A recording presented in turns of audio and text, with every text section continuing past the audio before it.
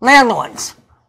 There is legislation pending in a U.S. metropolitan city, a major metropolitan city, that if passed into law will cost landlords millions of dollars. That major metropolitan city is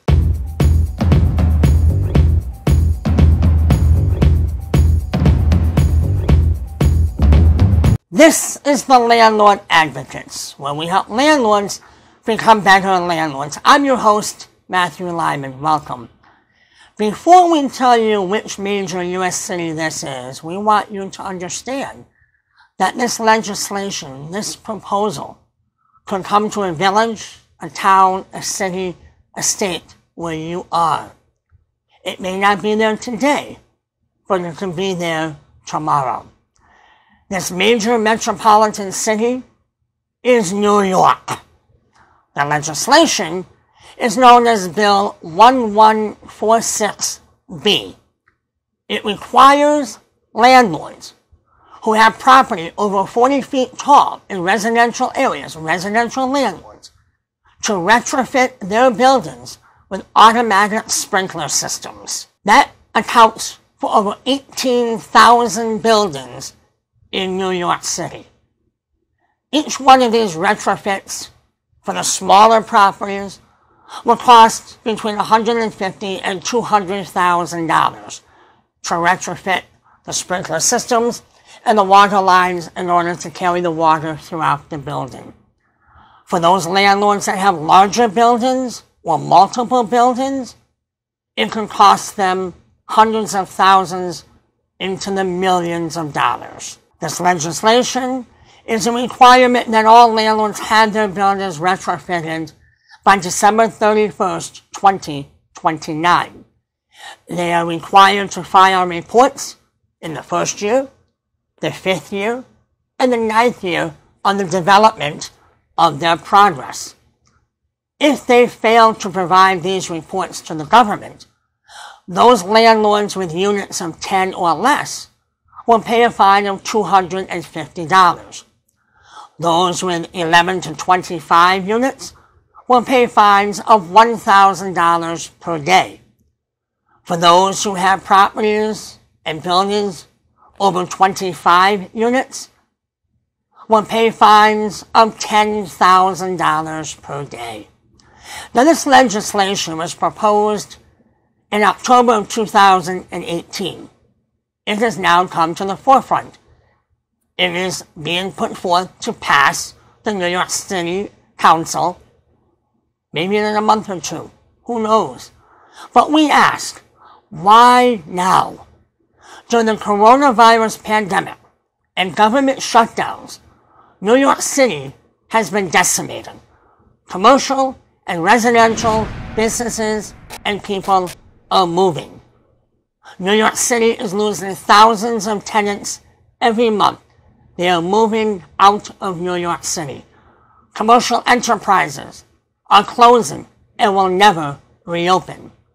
Why now is the City Council proposing such legislation that will decimate landlords so much and hurt tenants along the way?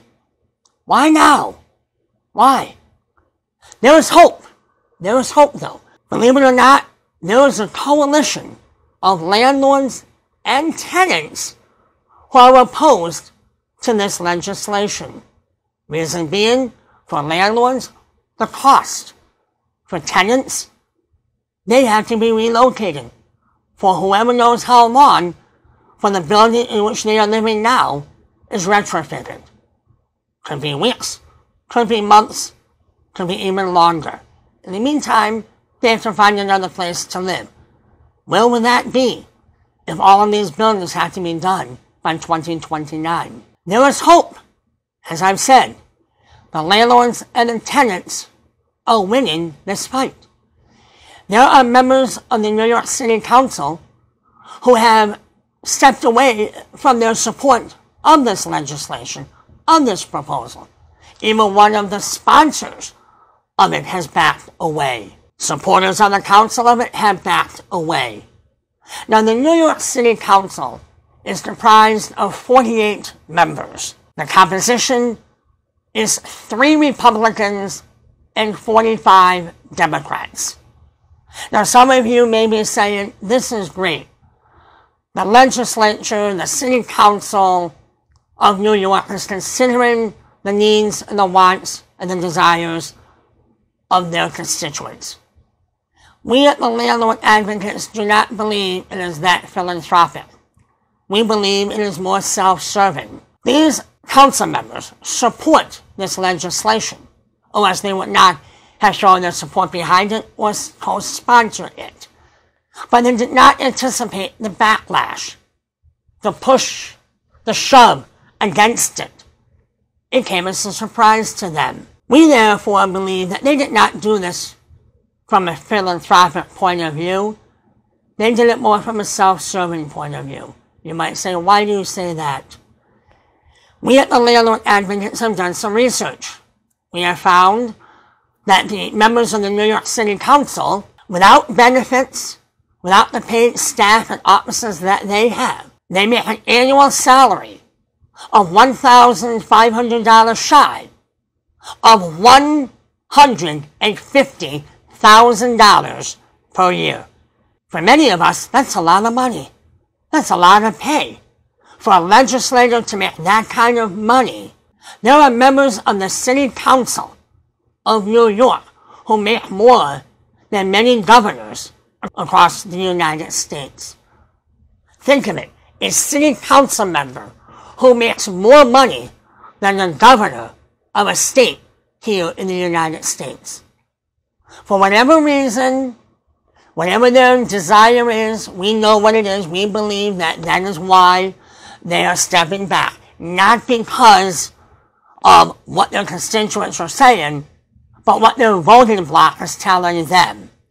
You pass this legislation, you might be out of a job as a city council member. The root of it, though, is that if landlords and tenants win this battle, it's a win-win for both of them, which is quite unique in New York State, or any state for that matter, where landlords and tenants will come together in support of each other to defeat legislation, initiatives, proposals, bills that they believe will harm them. That is what is happening here in New York City. We believe that this legislation will be defeated now.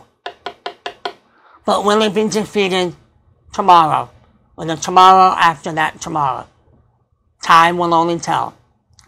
In the meantime, landlords, we appreciate you watching. We hope that you subscribe to our channel. You hit the notification bell. You leave comments, suggestions below, because we follow them, we listen, we respond. We care about you. In the meantime, take care.